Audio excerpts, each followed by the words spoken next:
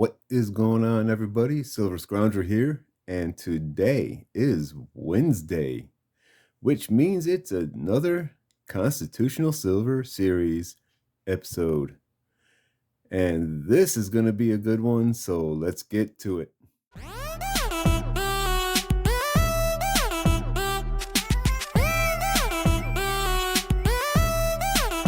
Check it out.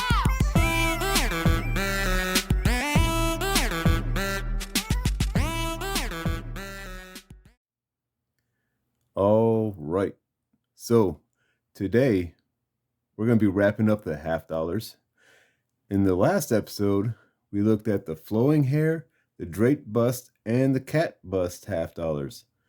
If you haven't seen it yet, or the other episodes that I have in the series, you can check them out in my Constitutional Silver series, which I will leave a link down below in the description.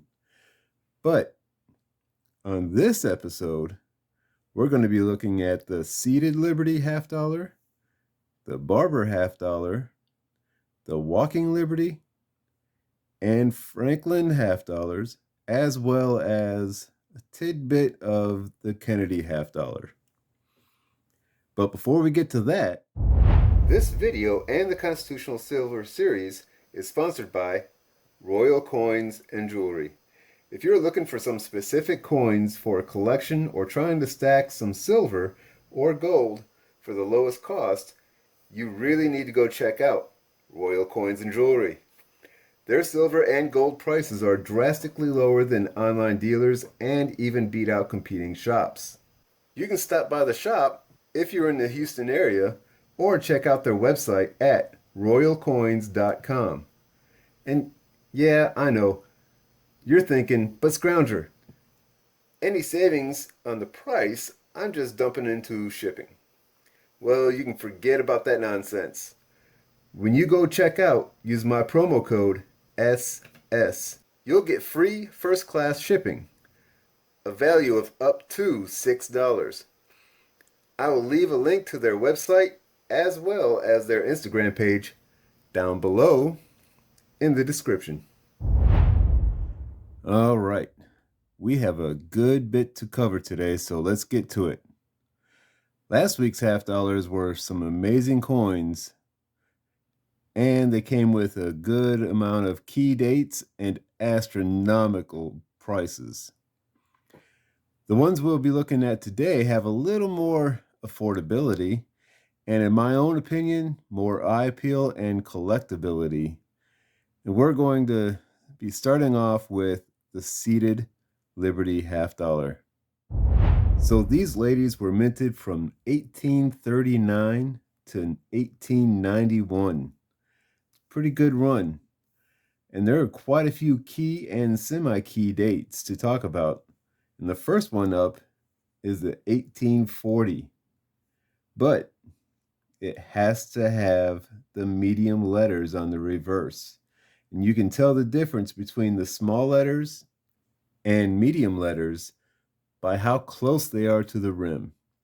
If you happen to have one, they can bring in a nice $200 in a G4 and up to $10,000 in mint state.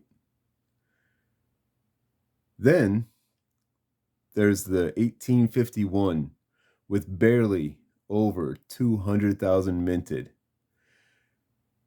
which, because of that, can cost a good $750 in a G4 grade. And it quickly jumps up into the thousands of dollars as you get into the better grades. Something I always find odd, the next date to look at, it actually has a lower mintage than the 1851, but yet it doesn't seem to command the same price tag. It's just weird to me. I don't understand it. But the 1852 only had 77,000 minted. But you'd be lucky to get just $500 in a G4. Now, just like so many other coin designs and denominations, there's always a holy grail. And for the Seated Liberty half dollar, that's going to be the 1853 O. There's only 4 that are known to exist. And the last one that went up for auction was in October of 2014 with Stax Bowers. And in only a G6 condition, it sold for a whopping $246,750. That is more than what my house is worth for a coin. Wow. So now, the first year this design was minted in San Francisco was 1855. And the 1855S will start you out at $500 in a G4. It multiplies by 100 when you get up to that MS63 though. So you could be paying $50,000 for an MS63 1855S. Pretty much anything from then on through 1861 are all very affordable. You can probably pick up one in a AU grade for under $500. The next real key date to look for is another first year issued mint mark, and that is the 1870 CC. And it'll easily start off at $1,500 and can stretch into the hundreds of thousands of dollars in a high grade. Pretty much any CC minted seated Liberty half dollar will have a higher premium than the rest of them, especially the 1874 CC and the 1878 CC. Now the 1878S is a super key date as well. It can start off at a nice $30,000 and stretch up to $150,000 in a mint state. Now, any date from 1879 all the way through 1891 is a semi-key date as well. And there's also not any mint marks in there either. They're all just Philadelphia's. But any one of them can be from $300 to $500 in a G4 condition. All right, now it is time to get into the Barber half dollar. This design has a lot lower values and fewer key dates. It kind of makes sense about the key dates since it was only minted for 23 years and it was from 1892 to 1915. This one is got real good detail, but it just got some kind of crazy darkened toning on it that is kind of detracting to the eye. So I just wanted to show this one off a little bit, show the detail of them. So there you go. There's that one. But just like this one, it's a little slick. It's not quite worn all the way down, but you may start to see some of these slicked out barbers make their way into some junk silver stacks. It's also a little easier to find some key dates as well, such as the 1892 O, S, 1893 S, 1896 S, 1897 O and S, and the 1914. All of those I just named off can go for over $100 in a G4 condition. Now there's a couple of years that start out at the $50 range in a G4, but astronomically multiplies in value in higher grades. And they can get anywhere from $10,000 to $15,000 in those higher grades. Those couple of years, 1896 O and 1904 O. The next design, my absolute favorite, half dollar.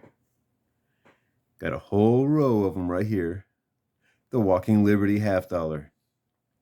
These you will definitely start to see popping up in a Silver Stacker's Junk Silver. But while you're looking through them, keep an eye out for these key dates and semi-key dates, because they will definitely bring a higher price than just the junk silver. 1916, 1916D, and 1916S are some major ones. They're the first year that the Walker was minted. When looking for the mint mark on the 1916 and some 1917 Walkers, let me show you. We got a 1916 right here, actually. I'm going to zoom in on it.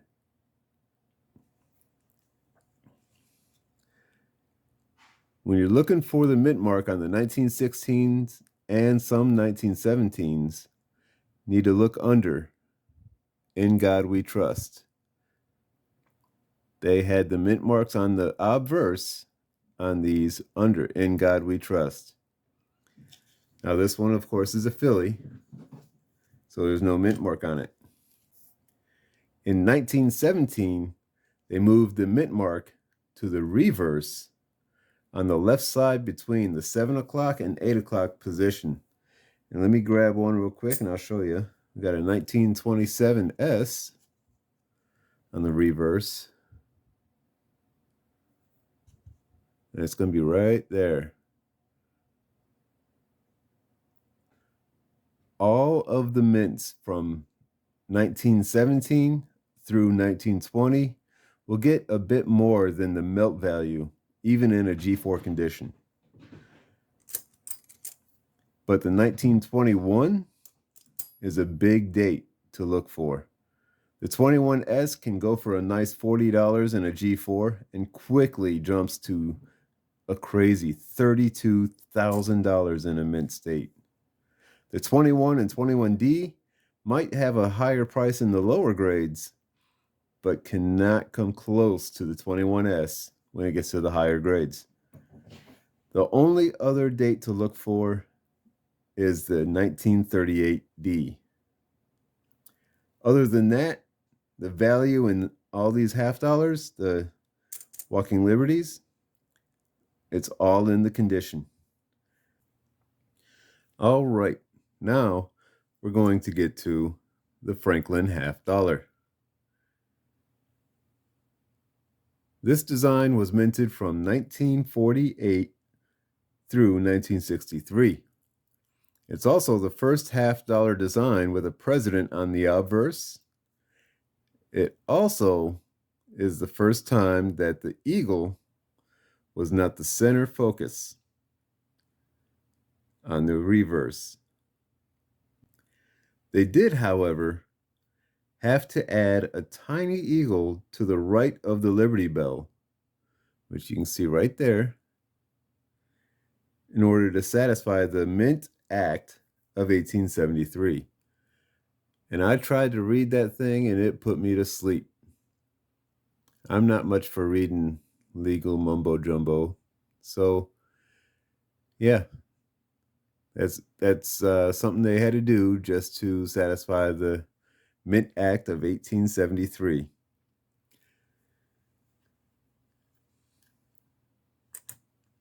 As far as any key dates, the only one to mention is the 1955 Franklin. In lower grades, it'll bring in more than other years. Other than that, it is all about condition. Once you start getting it to mint state grades, you really need to pay attention to the Liberty Bell. In particular, the bell lines. Let me show you what I mean. Get zoomed in on this puppy. If you look closely at the lines on the bottom of the bell here, you might find what is known as full bell lines, or FBL.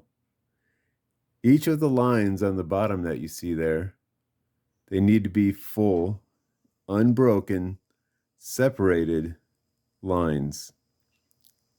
And if you happen to have one, that'll help boost the price of your coin just a little bit. I'm almost surprised that this one was not given the full bell lines. But hey, what am I going to do? Now, my belief is if President Kennedy had not been assassinated, the Franklin halves would have continued on.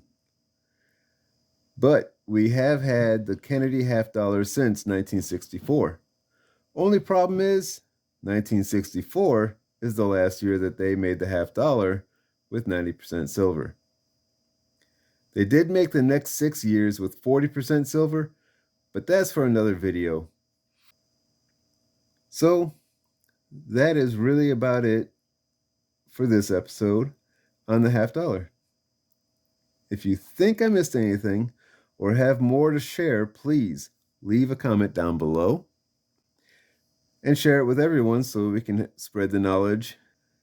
Next week, we're going to be starting on the silver dollar. But until then, this is Silver Scrounger saying thanks for watching and keep on stacking. I want to thank everyone for watching my video. It is greatly appreciated. If you enjoyed it, found it informative or entertaining, please hit that thumbs up button by liking the video.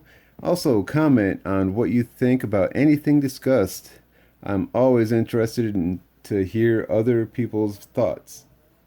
Until next time, this is Silver Scrounger saying thanks for watching and keep on stacking.